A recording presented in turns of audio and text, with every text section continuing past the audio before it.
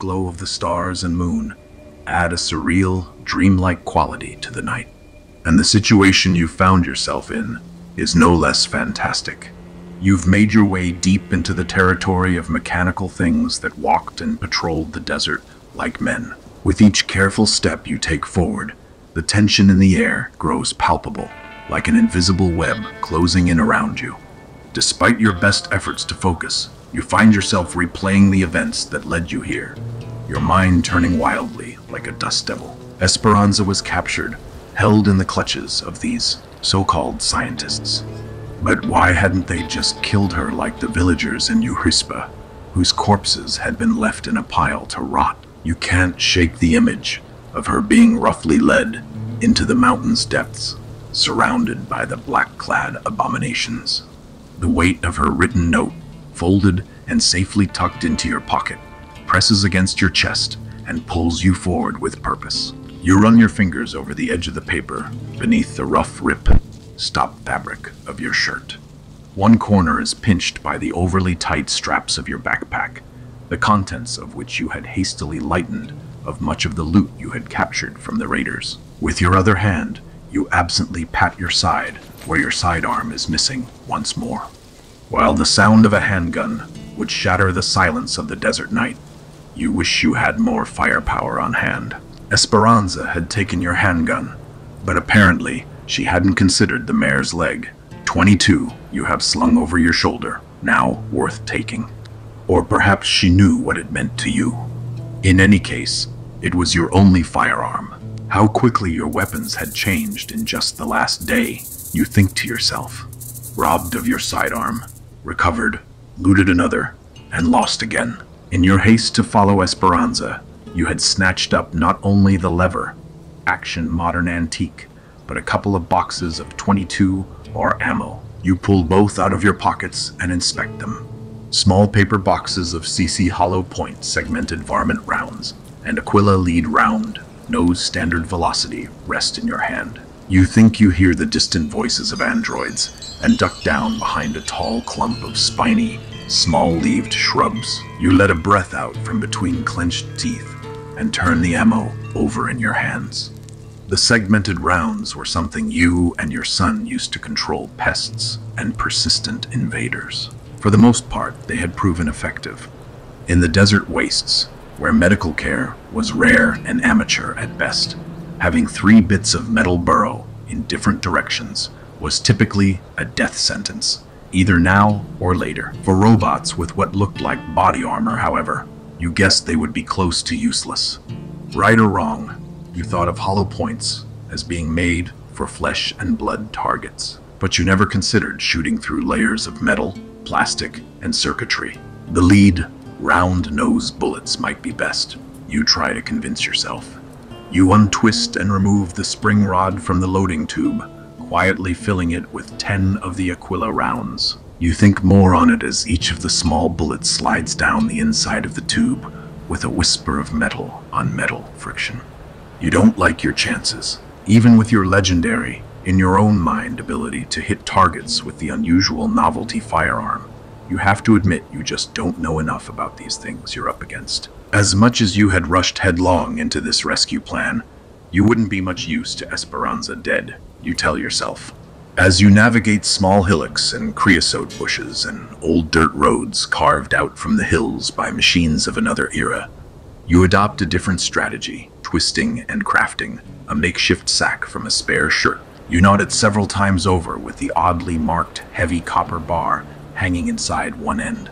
Your improvised weapon sways with each careful step you take in your boots on the gritty soil leading closer to the mountainside. Now and then, when you can see it between the hills, your eyes are drawn toward the massive black metallic door set into the side of the Quitman Mountain range, looming to the west. The convoy of vehicles you saw previously has disappeared, and you realize that they likely went into the very wide door, which, as you draw closer, looks more like a gate. It hangs open now only slightly, like the jagged pincers of some monstrous insect emerging from the stone of the mountainside itself. A few dim lights illuminate the entrance, which is surrounded by tall metal poles with blinking red lights along their surface at head level. casting long shadows on the rocky ground. The robotic sentinels swarm around the entrance, their presence only hinting at the ominous secrets hidden within. The crunch of stones under your feet becomes deafening in the silence of the night, and you pause. Your heart skips a beat as you fear that one of the robots nearby has heard you. But its mechanical head remains unturned, and you exhale a silent sigh of relief. Slowly, you inch your way forward, trying to stay out of its line of sight. Your mind races with ideas. How can you possibly get past them? The sheer number of robots patrolling the area and the lack of any secondary entrances leave you feeling trapped. You suspect even if you were to turn back, there would be more on any attempt to retreat to the shed you came from so quickly. Yet, you know you must find a way to rescue Esperanza. You really have no choice. As you maneuver through the rocky terrain, you spot a lone android, slightly separated from the rest. It looks out across the dark desert, but only its head moves as it stares toward moonlit hills in the distance. It's backed toward you, and it stands with a rifle at low ready. This could be your chance. With each step toward it, the adrenaline courses through your veins, drowning out any hint of fatigue. Your eyes lock onto the robot, and your grip on the sack with the copper bar tightens. It's now or never. With each step, the tension in the air grows palpable, and your heart pounds in your chest like a relentless drumbeat. The crunch of stone under your feet seems impossibly loud, and you pray that the robot just around the corner of the rocky outcropping hasn't noticed. You take a deep breath, steadying your nerves. As you inch closer, the robot's metallic form comes into view, its black-clad figure an eerie contrast against the darkened terrain. Its mechanical gaze, emotionless, sweeps the surroundings with a calculated precision. You silently curse yourself for not having a more precise instrument to take it down. You raise the knotted shirt bag with the 5-pound copper bar up to shoulder level. Your aim and the trajectory of your swing needed to be true. The robot inches closer, and adrenaline courses through your veins, heightening your senses. Your muscles tense, your grip tightens on the knots around the end of your weapon, and you wait for the opportune moment. As the robot turns the corner, you see it react as it catches a glimmer of movement, the wrapped 5-pound copper bar hurtling towards its head and neck. Swiftly, you swing with all your strength, the momentum propelling the bar in a deadly arc like a medieval flail. The clang of metal meeting metal echoes through the night as the blow connects, sending sparks flying. The impact is powerful, but the robot is not entirely incapacitated. It stumbles back, its systems momentarily thrown off balance. Its head is still connected, but it hangs at an awkward angle. In this fleeting moment, you act, lunging forward to grapple with the metallic foe. Your hands search for vulnerable spots, seeking a way to disable it completely. The robot retaliates, its movements mechanical, strong, and unforgiving, but you manage to avoid its strikes at open air, relying on what agility and strength your old sinew and bones still possess. With a surge of determination, you find the joint where its neck connects to the body, the same weakness that had led to the decapitation of another of its kind. Fueled by desperation, you twist and wrench, applying force to sever the connection. It's a life or death struggle, and your heart pounds wildly, but you refuse to relent. Finally, with a resounding snap, the head gives way, and the robot's body collapses stiffly. Recalling the squawking severed head from the crash, you raise the copper bar over your head with both hands and bring it down hard. Again and again, you smash the side of the thing's skull, head, or whatever it was, until there are no signs of lights or sound from within the shattered circuitry beneath the false face of the visored helmet. Drops of your sweat from your brow hit the visor, which is undamaged, and you see your own desperate reflection in the moonlight. You release a breath you didn't realize you were holding, a mix of relief and triumph surging through you. The silence that follows is both eerie and exhilarating. As you stand amidst the darkness, the fallen robot a testament to your resolve. If it weren't for Esperanza, you'd be nowhere near these things. You'd probably be halfway to Van Horn by now. You reach for the dull black rifle the robot carried. At first glance, it seems familiar, but upon closer inspection, you realize it's unlike anything you've seen before. It shares only superficial characteristics with pre-collapse art designs. There are no markings on its smooth surface. No safety. There is also something crudely minimalist about it, as if the androids had intentionally removed any elements of human design.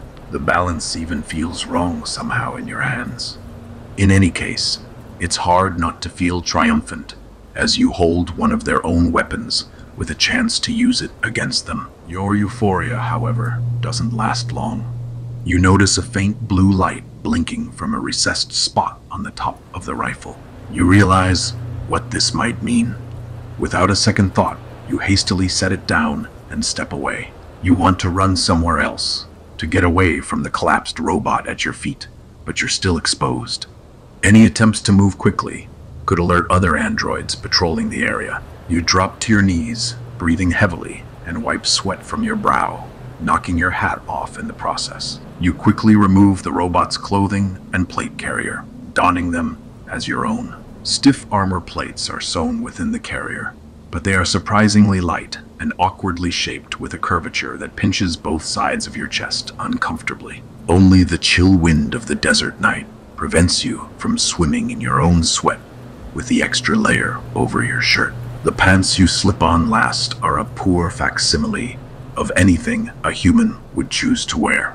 Like a Halloween costume made of a strange, scratchy material, meant only to look like pants from a distance. They are far from comfortable and offer no pockets, but their length helps cover your boots enough to disguise them. The broken android looks even more awkward, having been stripped of its clothing, with obviously robotic legs and a small barrel-like chest, dully shining in the night. The last piece is the helmet.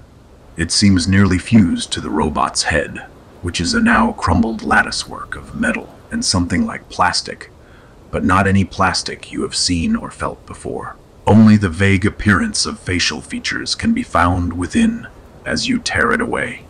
Ocular sensors, shaped like eyeballs, stare back at you from where you roughly separate the false face from behind the helmet. You take a moment and drink greedily from a water bottle you pull from your backpack. Exhausted but still driven by your mission, you resume navigating through whatever sparse vegetation and cover you can find, your steps guided only by thoughts of Esperanza and her slightly crooked smile. You're sure she'll tell you you're crazy for coming after her. A man in his 50s, pretending to be a robot that pretends at being a human, trying to gain access to a base filled with uncounted numbers, more and who knows what else to rescue her. And then she'd probably tell you she didn't need rescuing anyway. You stop behind an eroding hillock. The mountain base looms ever closer, its secrets concealed within an almost otherworldly exterior. You can't help but wonder if your son Warren ever saw this place up close. As you approach the gate, the intensity of your situation sinks in. The number of patrolling robots increases, their movements more synchronized and strategic. You watch how they walk and do your best, when moving without cover, to imitate their stiff, inhuman gait in the event that they spot you. Some appear to be performing minor tasks of maintenance around the mountain entrance, and a few hold boxes or other items.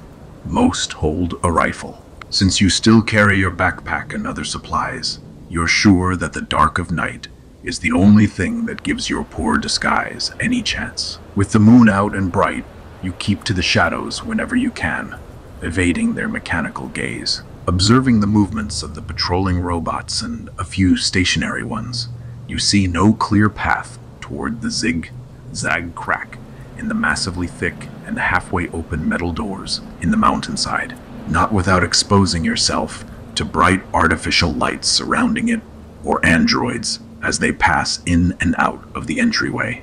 You scan the surrounding mountain slopes once more. There is another area, dark and tucked neatly to the left of the gate, behind black fencing.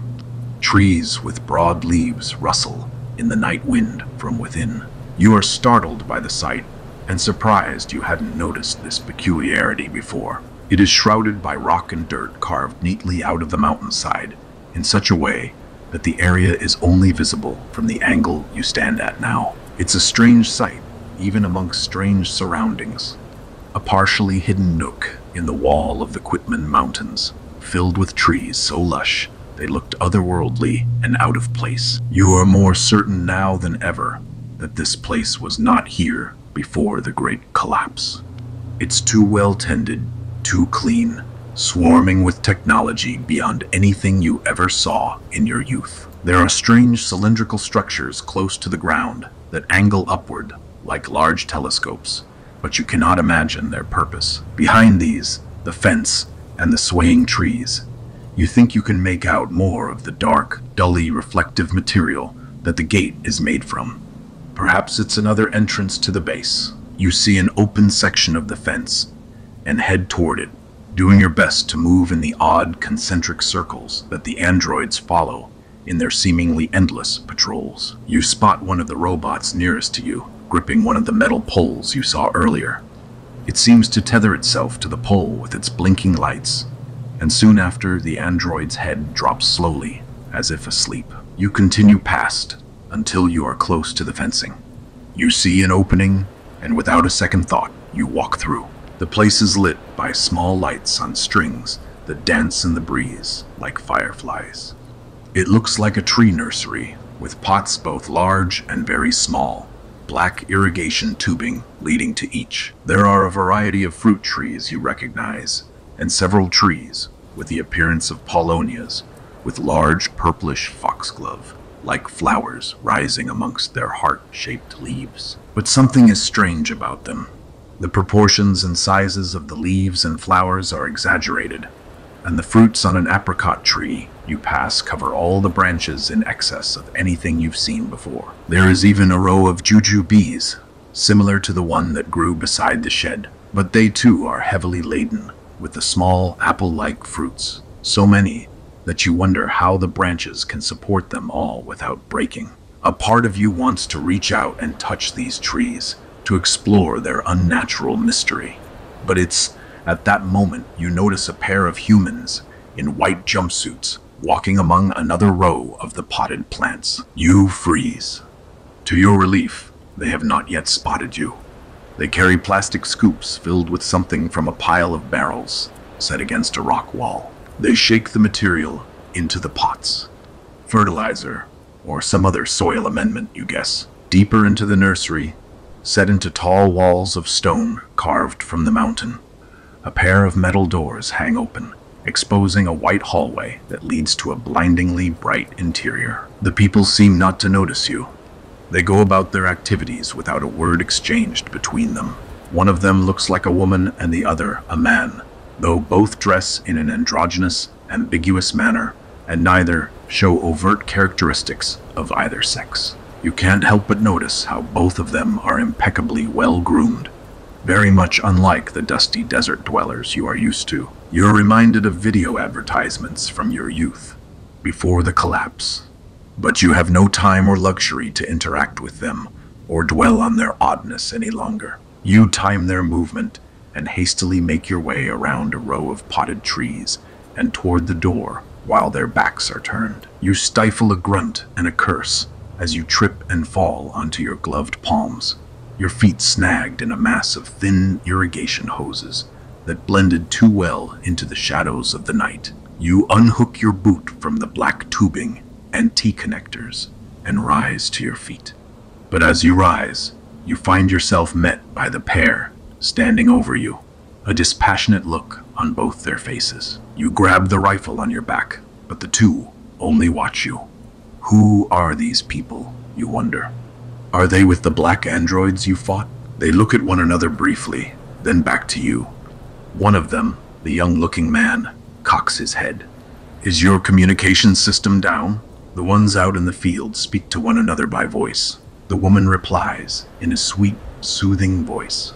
Perhaps that is enough for this one to function. She draws closer, and you force yourself not to recoil to avoid her scrutinizing gaze. Are you here for repairs, then? That would explain the communications issue. the man replies. Perhaps, but this one is dressed strangely, the woman says. Her expression remains emotionless, her eyes wide as she searches the dusty visor that covers your face. She rests her hand on your chest, her slight fingers tapping the plate carrier. And what are these things you carry on your back? She asks, her eyes glancing over your shoulder. A scavenging mission on foot? Speak up, Guardian. Your mind reels. What if these are the scientists you heard of? These people, not the robots you fought. They don't seem the type to cruelly slaughter villagers. But how can you know? Your heart races and sweat drips down from behind the helmet and visor that cover your head, trickling down your neck. You're certain they must have seen through your disguise by now. If not, you know once you speak, they'll be sure to notice your voice. It will be nothing like the electronic voices you heard from the androids previously. You nod, hoping that will satisfy them. Then you abruptly move past them toward the open doors. Wait, Guardian, the young man says. Come back here. Whoever these people are, you can't let them stop you from finding and freeing Esperanza. You grip the mare's leg tightly, hoping you won't have to use it. Drop what you are carrying and return here now, Guardian, the woman says in a less sweet, more commanding tone. You pause for a moment, then stride toward the doorway. That is no Guardian, the man says. They never disobey, damaged or not. Suddenly the air is pierced with high-pitched squeal. Then another. You turn back and see both the man and woman, eyes wide, locked upon you, their mouths unnaturally large, as if their jaws had dislocated. The inhuman sound they make reverberates from their throats and pierces your ears, even beneath the helmet. You sprint through the doors and into a bright white hallway, the pair's alarm, like screams, echoing even inside. It is not long before the hallway emerges into the same entry corridor that leads in from the main gate you saw outside.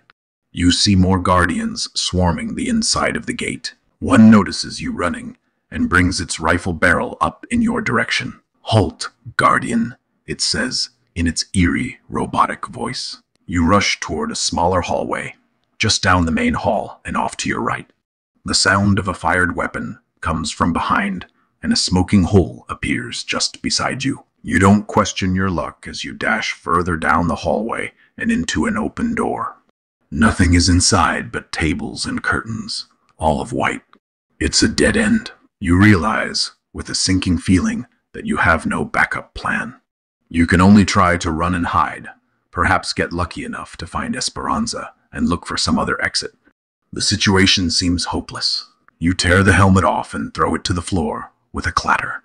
You bring the mare's leg up to your bare cheek and use the lever to chamber around with a pair of clicks. You peer around the corner with the rifle still at eye level and see one of the android guardians begin to turn the corner. To your left, further down the hallway, is another door that hangs ajar with a dark room beyond it.